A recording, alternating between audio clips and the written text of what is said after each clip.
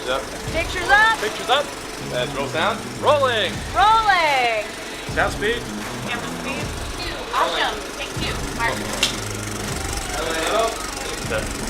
And action. My name is Sharon, and I'm an alcoholic with a splitting headache.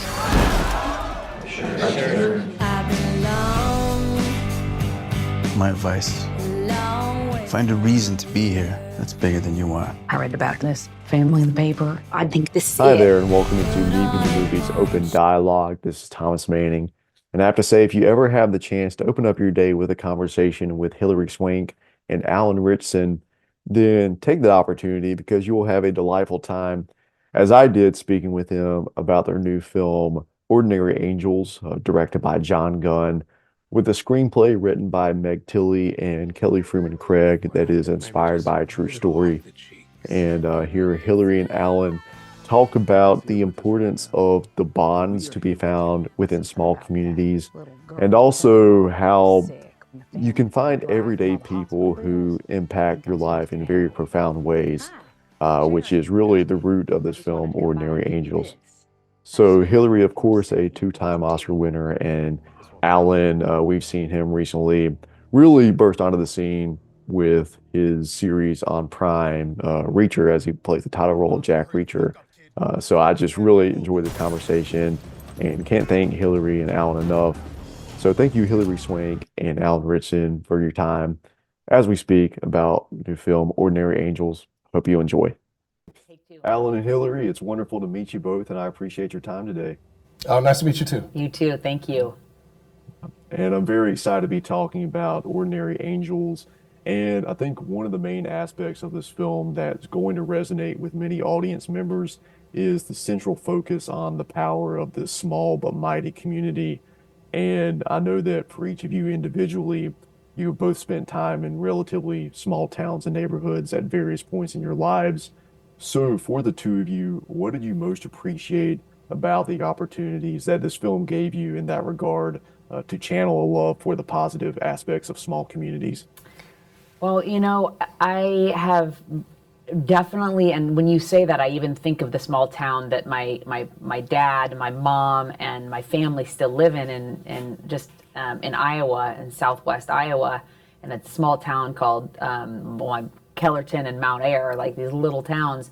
And it's true, the community comes together to serve one another in such a beautiful way. And going back there and visiting all of them, and how they really like are cheerleaders for you, and they want the best for you, and they want the best for everybody.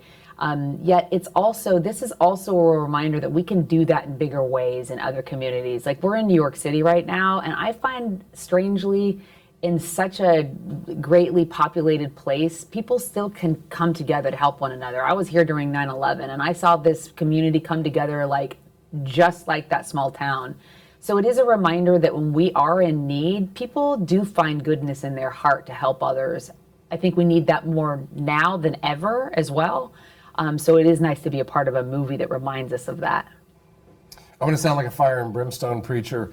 Anonymity is a tool of the devil. You got to know and be known, and I think a small town really does it for you. It does the heavy lifting for you.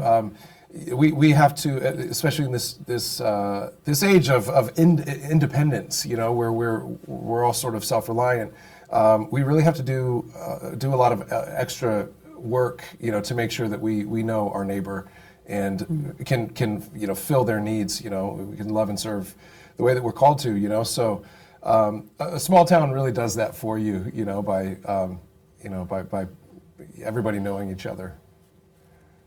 And the term Ordinary Angels in general is really such a lovely way to describe the people we encounter on a daily basis who make the world go round.